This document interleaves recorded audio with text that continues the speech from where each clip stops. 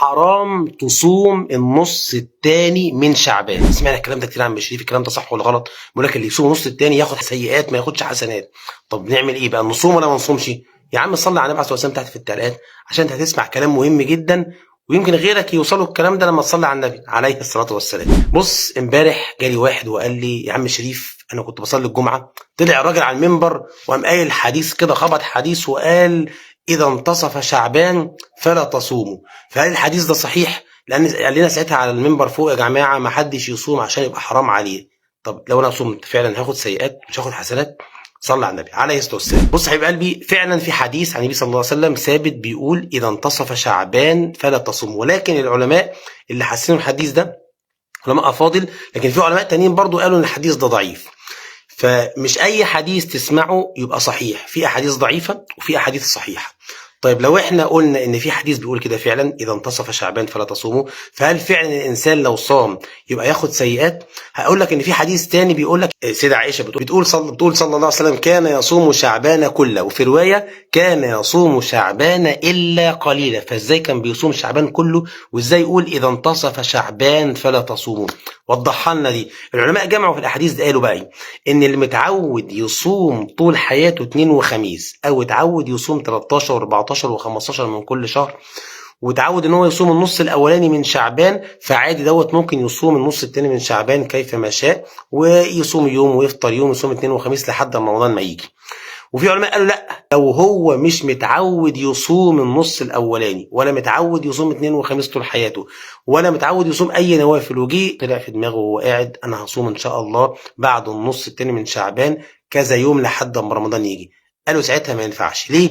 لانه ساعتها هيهلك نفسه في الصيام، وهي مش متعود ان هو يصوم، فيجي يخش عليه رمضان يبقى تعبان ومش قادر يكمل رمضان، لانه اصلا مش متعود يصوم. اصبح ساعتها رمضان 30 يوم وهيصوم مثلا 15 يوم بقى النص الثاني من شعبان لحد رمضان، ساعتها قال له لا ما تصومش يا عم الحاج.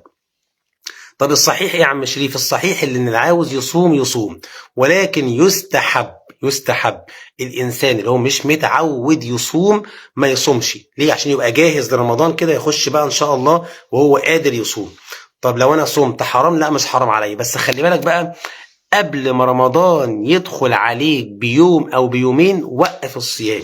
جبنا الكلام ده منين؟ من حديث النبي صلى الله عليه وسلم، قال صلى الله عليه وسلم صلى عليه الصلاة والسلام لا يتقدمن أحدكم رمضان بصوم يوم أو يومين، يعني قبل رمضان ما يخش بيوم أو يومين وقف الصيام، إلا رجل كان يصوم صوما فليصم ذلك اليوم. يعني واحد كان بيصوم متعود اثنين وخميس مثلا يصوم، وجي رمضان مثلا يوم الجمعة فيصوم الخميس لأنه متعود طول حياته يصوم اثنين وخميس.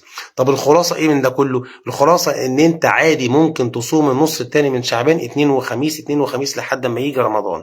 ليه؟ لأن النبي عليه الصلاة والسلام كان طول حياته بيعمل كده. وكمان سيدة عائشة بتقول زي ما قلنا من شوية كان صلى الله عليه وسلم يصوم شعبان كله، وفي رواية كان يصوم شعبان إلا قليلا.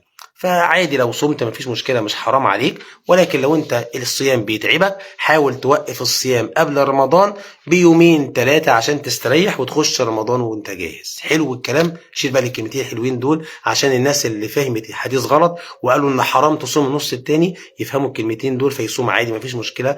لان الانسان لما يتعود ان هو يصوم حتى لو ايام قليلة قبل رمضان، فيخش على رمضان وهو حاسس ان هو عنده شحنة ايمانية، فيبقى متعود يصوم، متعود انه يقيم الليل. حاول تقيم الليل كذا ليله، حاول تختم القران، اقرا كل يوم جزء مثلا عشان تخش رمضان وانت جاهز للتراويح وانت جاهز للصيام وانت جاهز لقراءه القران. نشيل الكلمتين الحلوين دول فالدال على الخير كفعلي، واوعى تنسى تصلي على النبي عليه الصلاه والسلام.